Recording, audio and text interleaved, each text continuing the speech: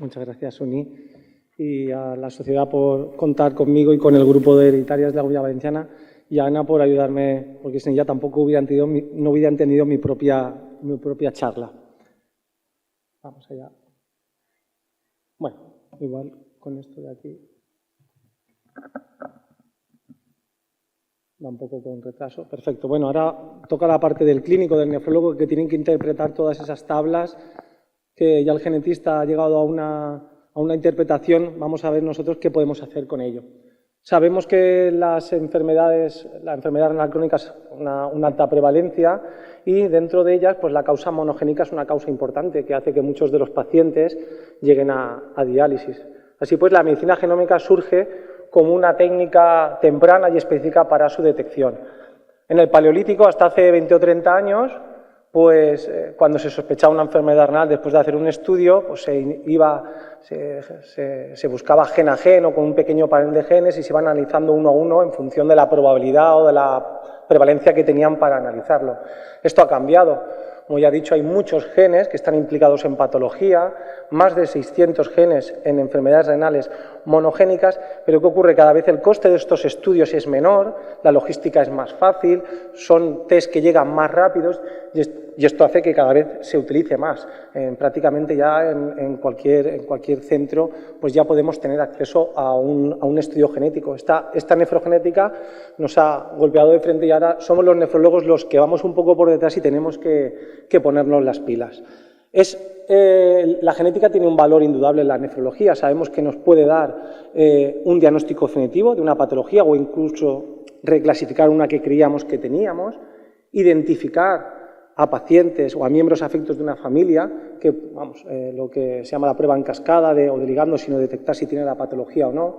Es de alto rendimiento en nefrología pediátrica y nos aporta mucho en situaciones en las cuales podemos tener terapias específicas, nos tenemos que acordar del Fabry, por ejemplo, o tratamientos renoprotectores generales, como por ejemplo el bloqueo del sistema renina-angiotensina en el colágeno, evitar tratamientos prolongados, podría ser alguna situación también, valorar una posible, tener filiado al paciente una causa genética que pueda predecir o nos pueda ayudar o a pensar si puede recidivar con una mayor probabilidad o no después del trasplante.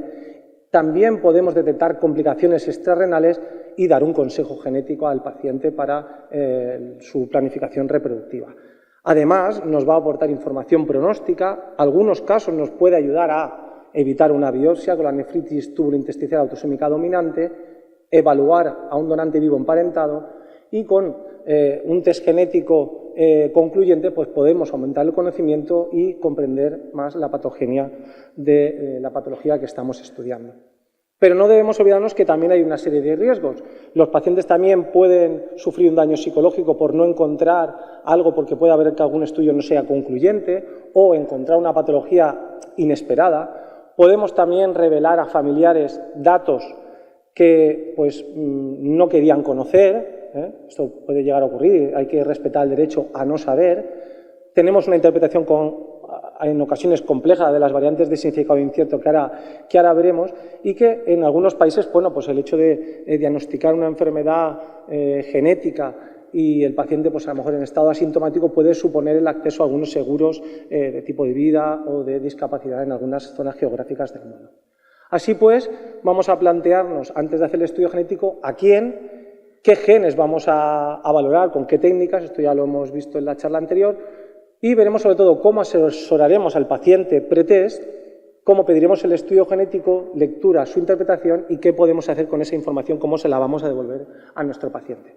Pues muy bien, los pacientes que están sintomáticos tendrán aquella recomendación básica siempre y cuando sospechemos una patología genética, es decir, una situación donde haya un inicio temprano de enfermedad, una carga de historia familiar, anormalidades quísticas o anatómicas, una enfermedad renal crónica de origen no claro después de haber hecho un estudio profundo y siempre que haya manifestaciones extrarrenales o de tipo sindrómico. También podremos indicar el estudio genético donde tengamos algún beneficio en cuanto a tratamiento y las situaciones que hemos dicho previamente y también podremos indicar un estudio genético en aquellas evoluciones atípicas de enfermedades cuando alguna histología nos orienta que puede haber una causa genética, una microangiopatía, una glomerulosclerosis focal y también en situaciones de estudio de un donante vivo. ¿Qué haremos? Bueno, si conocemos, en el caso de que conozcamos si hay un pariente, afecta una enfermedad, que conocemos cuál es la variante que la causa, bueno, pues tendremos que hacer el estudio de esa variante. Como ha dicho Ana previamente, pues haremos habitualmente, bueno, en EGS o por Sanger, la secuenciación de esa variante específica. No hará falta, dado que está conocida, hacer todo un panel completo.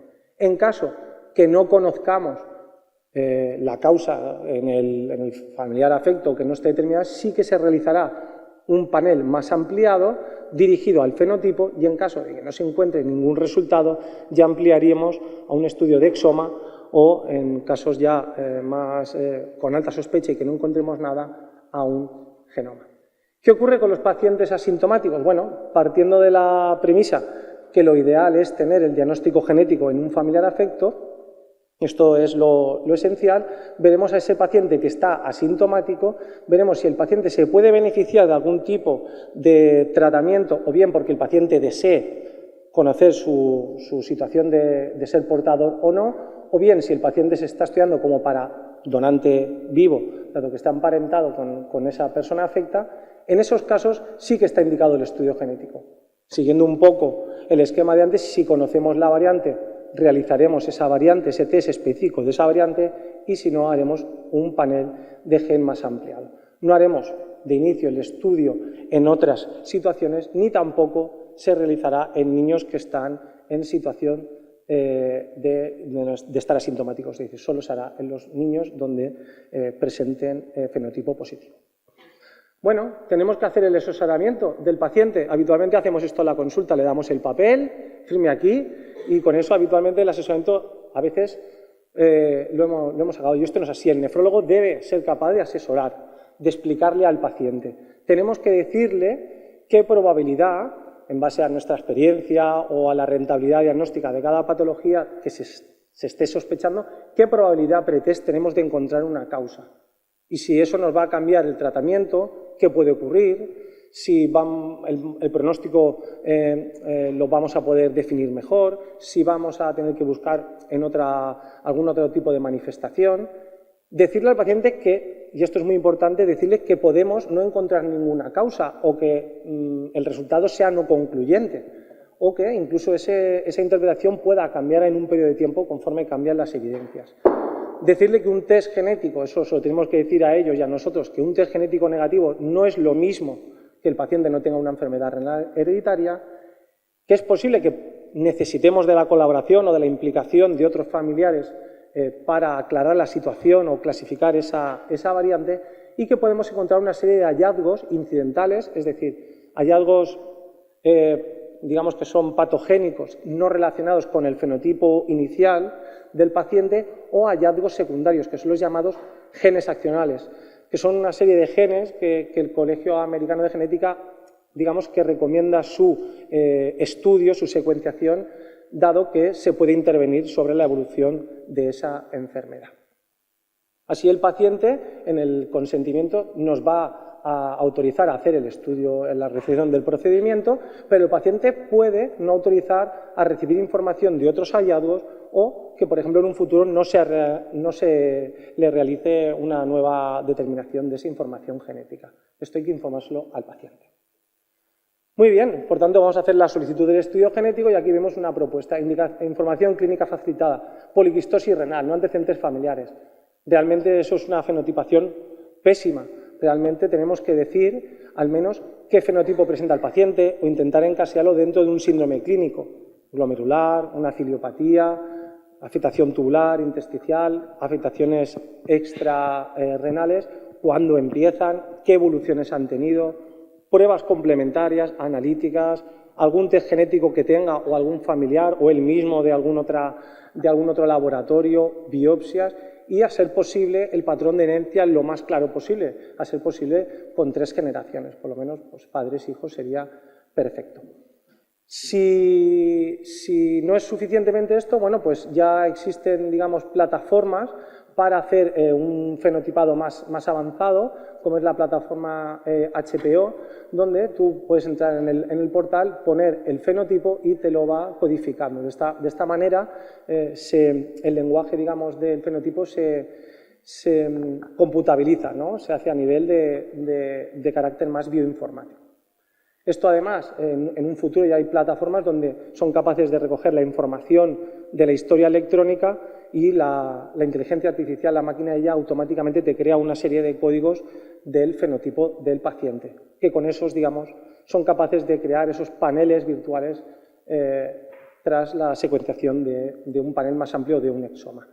Aquí tenemos un estudio genético de un paciente y lo que decíamos, en lo que es la metodología, bueno, el antecedente es un paciente con poliquistosis renal autosómica dominante, ya nos da bastante pista, y nos dice que se ha hecho una secuenciación NGS. Ya sabemos que es una secuenciación masiva, es realmente con una amplia secuenciación, y concretamente se han determinado los genes asociados a poliquistosis, PKD1, PKD2, y así nosotros sabemos qué genes son los que se han estudiado. En el resultado vemos, siempre nos tiene que decir qué genes es el que se ha encontrado. En este caso se ha encontrado una variante en el gen PKD1 en heterocigosis, es decir, una mutación en uno solo de uno de los dos alelos. Nos da estos numeritos que ya nos explican previamente, que es el cambio del nucleótido. Concretamente, el cambio proteico no nos lo puede dar porque es un splicing, como ha dicho, donde estaba el error, digamos, la alteración está en una zona entre intrón y exón, y el resultado, la interpretación que nos da el informe, nos dice, digamos, la disertación en la cual va a valorar la patogenicidad, nos dice que está descrita previamente en la literatura y que la alteración, digamos, la mutación está en una región, digamos, pues caliente, una región canónica que se llama de splicing. Con lo cual, lo que llega a la conclusión es que es la responsable de la enfermedad, al menos patogénica. Y nos da ya un consejo y nos dice que, dada la herencia autosómica dominante del gen PKD1, pues nos informa sobre el riesgo de transmisión y recomendaciones en la segregación de familiares que pueden estar afectos o en riesgo. Otro caso, os presento a un varón de 40 años que vemos en la consulta desde 2019, con un grado moderado de medio gramo, 1 gramo de proteinuria con hematuria dismórfica, que asociaba cuadros de macrohematuria con infecciones respiratorias. El paciente tenía una función renal normal, ecografía normal y sin antecedentes familiares importantes.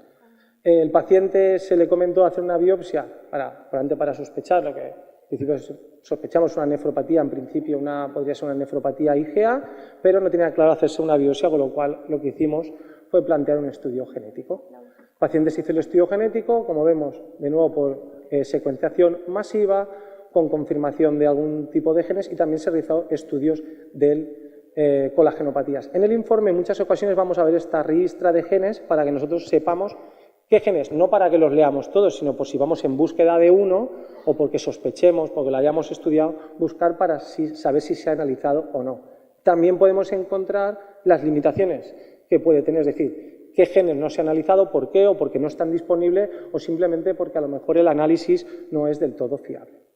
En este caso, en el resultado, se encontró una variante en heterocigosis en el gen del colágeno 4, alfa 4, que aquí la tenéis, el cambio de aminoácido, y hace aquí también un poco lo que comentaba Ana también, digamos, aplicaba esas reglas y buscaba las evidencias y la literatura y llegaba a la conclusión de que la variante era de significado incierto. Advertir aquí, como hemos dicho antes, igual aquí que buscaban en un método in silico de predicción que podría ser un cambio neutral, en otros proveedores de bases de datos podría sugerir un cambio patogénico. Precisamente esto es lo que nos lleva a interpretar o a clasificar esa variante como de significado incierto y nos dice que hay que segregar y hay que ver qué pasa en la familia, o recomienda ver qué pasa en la familia para interpretar esa variante de un poco más preciso. Así nos enfrentamos con las variantes de significado incierto. Esto quiere decir que con la información actual que tenemos no podemos atribuir causalidad patogénica a esa variante en esa patología. Es una situación muy compleja. Y esto nos lleva en muchos casos a una mala interpretación nuestra, que podemos llegar a un diagnóstico erróneo atribuirla, porque a lo mejor creemos que nos cuadre o porque estamos emocionados con el resultado, pero también puede ser pues, de mala interpretación para el paciente pensar que el paciente le puede crear una angustia de tener algo cuando realmente no hay una evidencia para atribuir esa causalidad. Repetimos que debemos explicar al paciente de que esto puede ocurrir, que puede implicar a otros familiares y que, como ya hemos dicho, no debemos tomar decisiones clínicas en base a estos resultados. ¿Qué podemos hacer? Bueno, debemos tener claro que esa variante, o tenemos que ver si esa variante se asocia a ese genotipo que hemos encontrado al fenotipo clásico de estas enfermedades, aunque conforme sabemos que el conocimiento, o hay cada vez más conocimiento, tenemos que tener en cuenta la variabilidad fenotípica, es decir, genes se pueden expresar fenotípicamente de manera diferente. No hay un consenso sobre cuáles de estas variantes deben informarse, tener en cuenta la cigosidad, es decir, si yo encuentro una variante de significado incierto en heterocigosis, solo uno de los dos, en una patología clásica autosómica recesiva, probablemente no será relevante, y que para reclasificarla puede venir bien, nos puede ayudar en la segregación, pero debemos hablar con el genetista, valorar un reanálisis o comparar con otras bases de datos nuevas. No siempre una segregación nos va a ayudar a reclasificar, nos puede ayudar, pero no siempre va a cambiar la clasificación, no siempre va a cambiarla de categoría. Bueno, como conclusión es deciros que la medicina genómica pues, está en expansión y que debemos comprender los términos básicos, hacer unas buenas selecciones de pacientes para hacer un estudio genético, esto nos permitirá ampliar conocimientos. Es básico hacer un buen asesoramiento pretest a los pacientes, informarlos bien y hacer un buen fenotipado. Si tenemos incertidumbre, que la vamos a tener en muchas ocasiones, hay que buscar ayuda y que debemos adoptar una serie de pautas adecuadas a largo plazo para conseguir que la medicina genómica sea precisa y personalizada. Y con esto agradeceros. Muchas gracias. Gracias, Jonán.